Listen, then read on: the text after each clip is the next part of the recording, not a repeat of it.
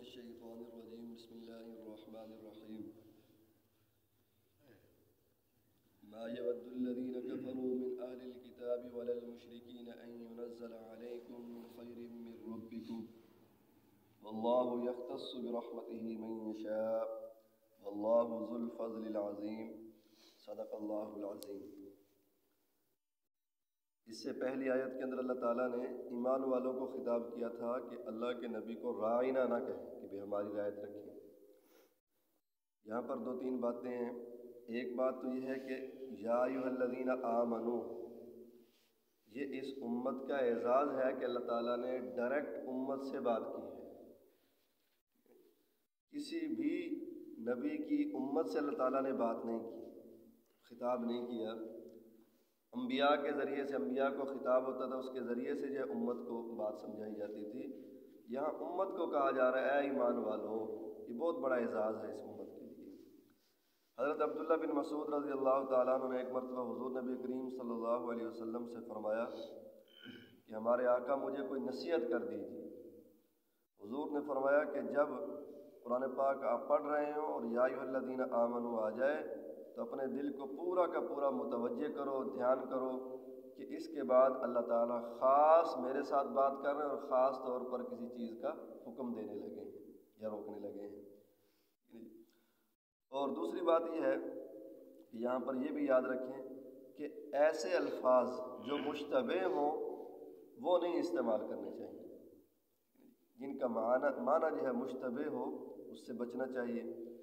جیسے جو ہے غلام ہو کسی کا، اب تو غلام ہے ہی نہیں ہے، غلام کو عبد بھی کہتے ہیں۔ اللہ کے نبی نے منع فرمایا کہ غلام کو عبد نہیں کہنا، کیونکہ اس سے یہ مشتبہ ہو سکتا ہے کہ یہ غلام عبد ہے اور جو اس کا مولا ہے وہ معبود ہے، حالانکہ معبود ہونا یہ اللہ تعالیٰ کی صفت ہے۔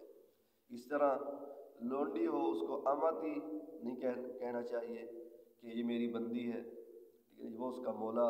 اس طرح مولا کا لفظ یہ بھی مشتبہ میں سے ہے، ٹھیک ہے جی۔ تو اسی طرح ایک لیڈر لفظ آتا ہے، ٹھیک ہے نا جی، لیڈر کا معنی ہوتا ہے رہبر و رہنما، لیکن یہ لفظ ہر اچھے برے لیڈر کے لیے استعمال ہوتا ہے کہ یہ لیڈر ہے پارٹیوں کے جو ہوتے ہیں۔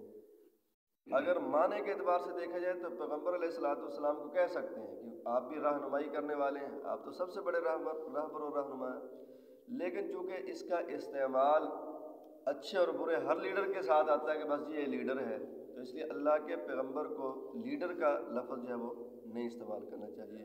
بعض خطبہ، بعض جو ہے عوام میں بھی کہہ دیتے ہیں کہ ہمارے پیغمبر اتنے بڑے لیڈر ہیں، ٹھیک ہے نا جی، یہ لفظ بھی استعمال نہیں کرنا چاہیے، یہ مناسب نہیں ہے۔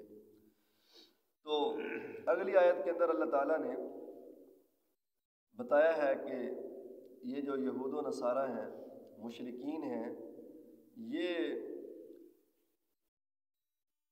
یہ بات پسند نہیں کرتے کہ اللہ کے آخری پیغمبر حضور نبی کریم صلی اللہ علیہ وسلم کے اوپر وحی اترے۔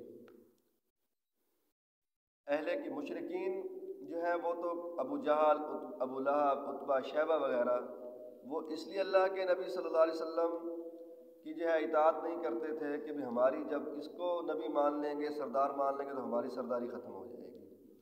اور اہل کتاب یہودیوں کا نظریہ یہ تھا کہ جب باقی پیغمبر بنی اسرائیل میں سے آئے ہیں تو آخری نبی بھی بنی اسرائیل میں سے آنا چاہیے، کسی اور جو ہے وہ خاندان، کسی اور نسل سے نہیں ہونا چاہیے۔ آگے آ بھی رہا ایک دو آیتوں کے بعد کہ یہ سارا ان کو حسد تھا، حسد کی وجہ سے انہوں نے کلمہ نہیں پڑھا، حسد کی وجہ سے حضور نبی کریم صلی اللہ علیہ وسلم کی نبوت کے اوپر وہ ایمان نہیں لائے۔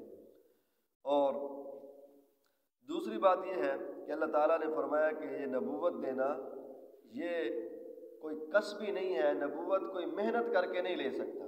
کوئی آدمی وظیفے پڑھے، ٹھیک ہے نا جی، کوئی جو ہے وہ خاص جو ہے وہ تعلیم حاصل کرے، نبی بن جائے، ایسی بات نہیں ہے۔ اللہ تعالیٰ جس کے سر پر چاہتے ہیں نبوت کا تاج سجا دیتے ہیں، اللہ تعالیٰ کے علم کے اندر ہوتا ہے۔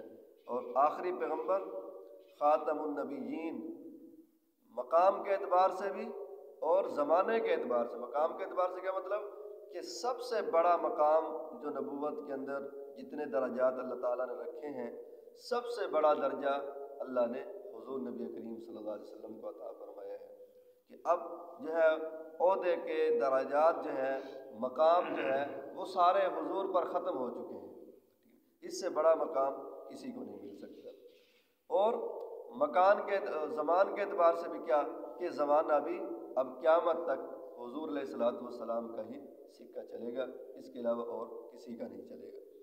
تو اسی کو اللہ تعالیٰ نے فرمایا ہے، ترجمہ دیکھ لیں کہ ما یود الذین کفروا، کافر پسند نہیں کرتے، من اہل الکتاب، اہل کتاب میں سے، ولا المشرکین، اور نہ ہی مشرکوں میں سے، ان ینزل علیکم من خیر من ربکم، یہ کہ نازل کی جائے تم پر خیر تمہارے رب کی طرف سے۔ خیر سے مراد یہاں نبوت ہے۔